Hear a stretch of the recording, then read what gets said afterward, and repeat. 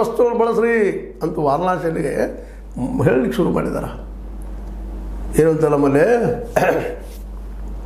ಅಟ್ಟ ಮೇಲೆ ಒಲಿ ಹುಯ್ತು, ಕೆಟ್ಟ ಮೇಲೆ ಬುದ್ಧಿ ಬಂತು ಅಂತ. ಹಾಗಾಗಿದೆ ಇವತ್ತು ಮೋದಿಯವ್ರ ಪರಿಸ್ಥಿತಿ. ಅಟ್ಟ ಮೇಲೆ ಅಂದ್ರೆ ಅಡುಗೆ ಮಾಡಿದ ಮೇಲೆ ಆಮೇಲೆ ತಗದಾಗ ಉರಿ ಇರ್ತದೆ. ಕೆಟ್ಟ ಮೇಲೆ ಪೂರ್ತಿ ಹಾಳಾದ ಮೇಲೆ ಆಗ ಬುದ್ಧಿ ಬಂತು ಅಂತ. ಯಾವ ವಿಷಯವನ್ನು ನಮ್ಮ ದೇಶಕ್ಕೆ ಬೇಕಾಗಿತ್ತು ಅದನ್ನು ಮರೆತುಬಿಟ್ರು. ಅದು ಕೈ ತೆಗೆದುಕೊಳ್ಳಿಲ್ಲ. ಅಗ್ರಿಕಲ್ಚರ್ ಮೇಲೆ ಉದ್ಯೋಗ ಸೃಷ್ಟಿ ಮಾಡೋದ ಕ್ಷೇತ್ರ, ಅಲ್ಲಿ ಮಾರ್ಕೆಟ್ ಮಾಡಿಲ್ಲ ಅವ್ರಿಗೆ. ಒಂದು ಅಂದಾಜಿನ ಪ್ರಕಾರ ಇವತ್ತಿನವರೆಗೂ 2000ರಿಂದ ಇಲ್ಲಿವರೆಗೆ ಕಾಂಗ್ರೆಸ್ ಇದಕ್ಕೆ ಕಾರಣೀಭೂತ, ಅದರಲ್ಲಿ ಎರಡು ಮಾತೇ ಇಲ್ಲ. ಹಾಗಾದರೆ ಕಾಂಗ್ರೆಸ್ನ ಬಿಡ್ತಾ ಇದ್ದೀವಿ ಅಂತಲ್ಲ, ಕಾಂಗ್ರೆಸ್ 3 ಹಾಕಿಕೊಂಡಿದ್ದು. ಮನಮೋಹನ್ ಸಿಂಗ್ರಂತೆ ಒಂದು ಓಪನ್ ಮಾರ್ಕೆಟ್ ಮಾಡುವಲ್ಲಿ ಅತ್ಯಂತ ದೊಡ್ಡ ಬ್ಲೆಂಡರಿಂಗ್ ಮಿಸ್ಟೇಕ್ ಮಾಡಿ ಹೋಗಿಬಿಟ್ರು ಅವರು.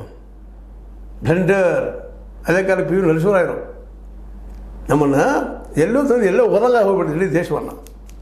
ಇವತ್ತು ಅದ್ರ ಪ್ರತಿಫಲ ಉಣ್ತಾ ಇದ್ದೀವಿ ನಾವು. ಇವತ್ತು ನಾವು ಚಕಮಕಿ ಕಾಣ್ತಾ ಇದ್ದಾವೆ. ಮೀಡಿಯಾ, ಡಿಜಿಟಲ್ ಮೀಡಿಯಾ, ಅದು ಇದು ಒಂದಿಷ್ಟು ಕೆಲವು 10% ಜನ ಬಿಂದಾಸರು ನೋಡಿದಾಗ ದೇಶ ಭಾಳ ಮುಂದುವರೆದಂತ ಅನಿಸ್ತದೆ. 90% ಜನ ಕತ್ತಲಲ್ಲಿದ್ದಾರೆ ಇಡೀ ದೇಶ ತುಂಬ. ಉದ್ಯೋಗ ಇಲ್ಲ, ಇದು ಈಗ ಬರ್ತಾಯಿದೆ. ಮತ್ತು ಈಗ ಉತ್ಪನ್ನ ಇಲ್ಲ ಅಂದಾಗ, ಉದ್ಯೋಗ ಇಲ್ಲ ಅಂದಾಗ, ಯಾವುದೇ ಉತ್ಪಾದನೆ ಆಗ್ತಾ ಇಲ್ಲ ಅಂದಾಗ, ಎಲ್ಲ PSUಗಳು ದಿವಾಳಿ ಎದ್ದಿದ್ದರಿಂದಾಗಿ, ಬಂದಾಗಿದ್ದರಿಂದಾಗ ದುಡ್ಡು ತಿರುಗ್ತಾ ಇಲ್ಲ.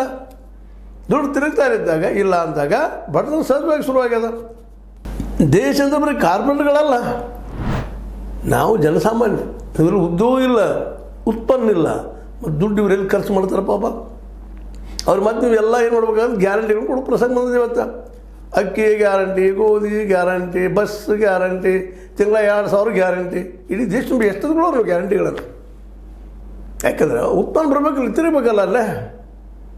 ನೋಡಿರಿ, ಇದು ಗ್ಯಾರಂಟಿ ಕೊಟ್ಟಿದ್ದು ಅದು ದುಡ್ಡು ತಿರುಗಿ ಎಷ್ಟು ಬೇಕಷ್ಟು ಇಂಪ್ರೂವ್ ಆಗಿದೆ. ನಮ್ಮ ಸಿದ್ದರಾಮಯ್ಯ ಹೇಳ್ತಾ ಇದ್ದಾರೆ,